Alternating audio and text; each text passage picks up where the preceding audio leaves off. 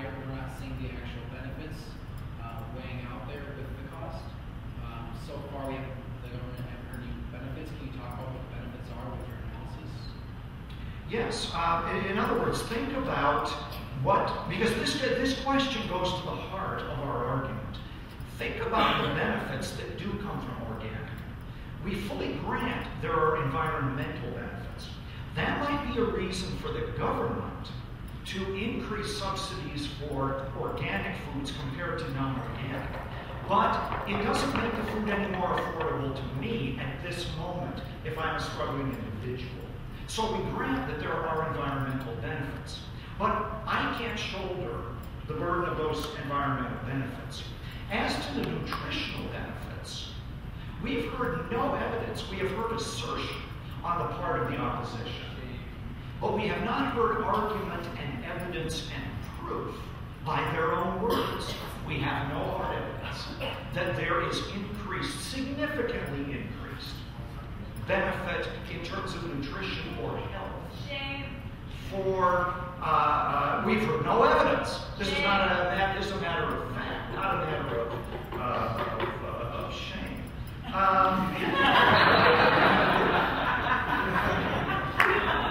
So as to the benefits to the environment, true. Benefits to health and nutrition, debatable. At least we're waiting for the proof on that one. On the other side, double cost. And so again, I return to the jeans analogy. My drinking partner prefers the vodka analogy. Being the son of a teetotaling Baptist minister, which she was too, so I wonder where she got into drinking at. Jeans analogy. I have no shame, by the way, on my good calling.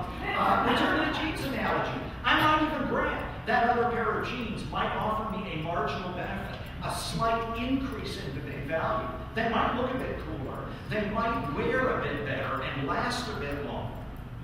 But that simply doesn't justify my spending that extra money, especially when I think about the cost for myself. Let me add one final point, which we haven't introduced yet, which is that we're not just talking about availability for those of us here. We know that it's hard enough for us here to go to the farmer's market, drive to Whole Foods in Palatine, get to the farm stand. But what about those who live in the inner city?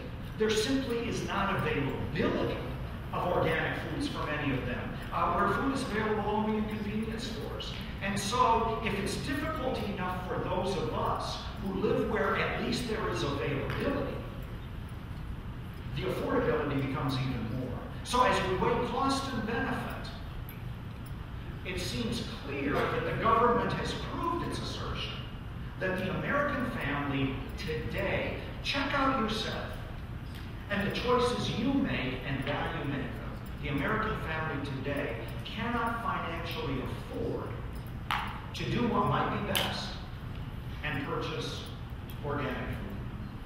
Do I rest my case?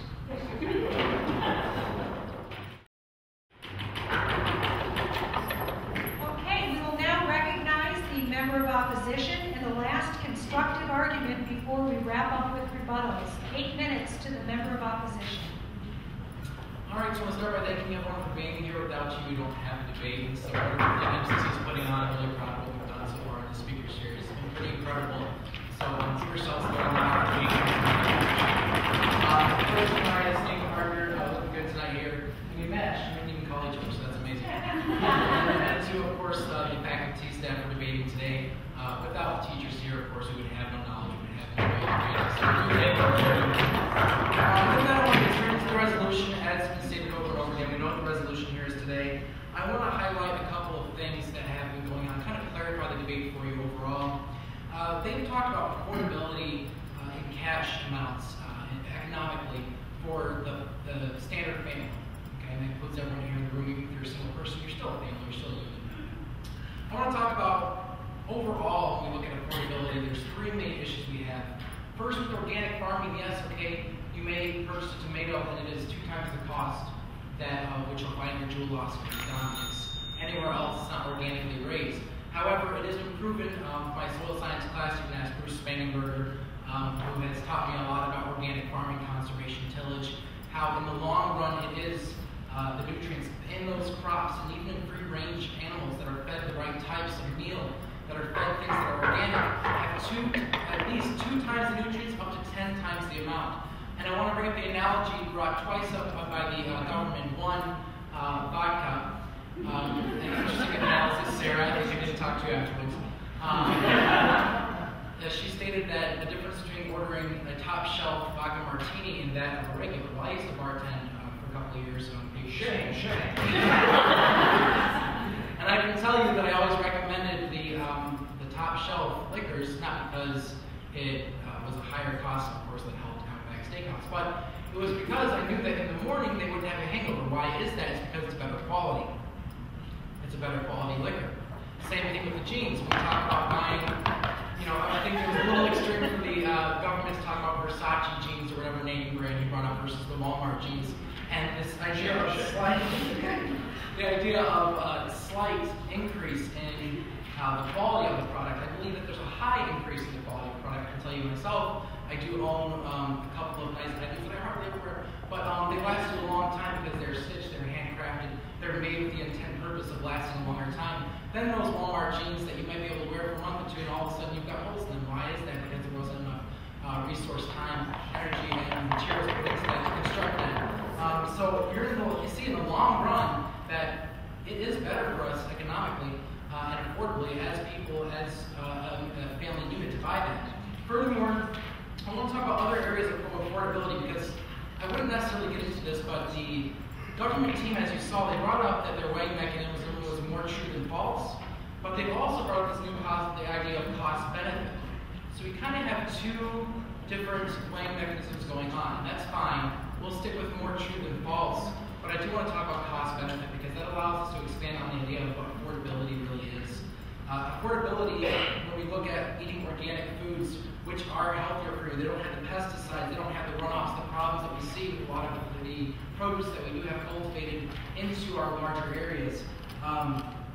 The ethical treatment of animals in mass production that are not treated right, aren't fed the right things, injected with hormones. Overall, there is direct evidence, I think, as a generally informed citizen, we can all agree, we've seen in papers, direct linkage between all of these mistreated vegetables and not grown organically vegetables in these mass-produced chicken farms, that kind of thing, and the direct link to your health. And we again bring that back home to the family. You know what? It really is in the long run better for you overall. Pay that extra dollar, get that tomato instead of swinging by McDonald's, pick up that double cheeseburger, and then guess what? You're paying $30,000 for a triple bypass surgery. So that's all about fun. So in the long run, your family is going to save and actually benefit from that.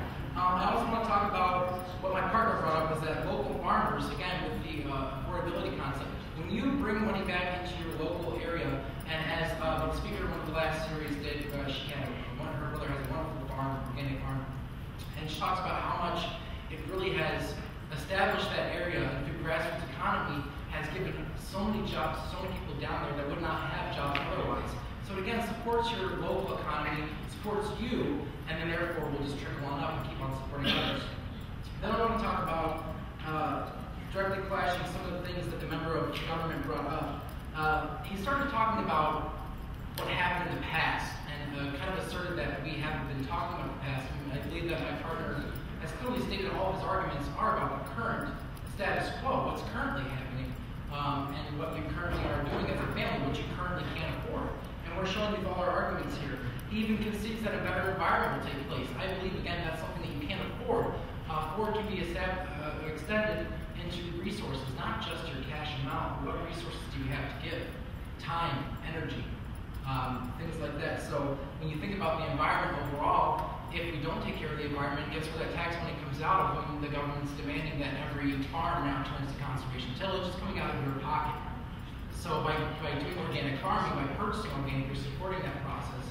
And in the end, you may not have to pay that extra tax amount. They sort of touched on the idea of this government tariffs and the hidden costs, but never really drove home the point that my partner really substantiated and made clear that when you go and you buy food that is not organic in a bigger chain, there are those hidden taxes and tariffs that come back and hit you in the end. I want to make some general closing statements here before we're done.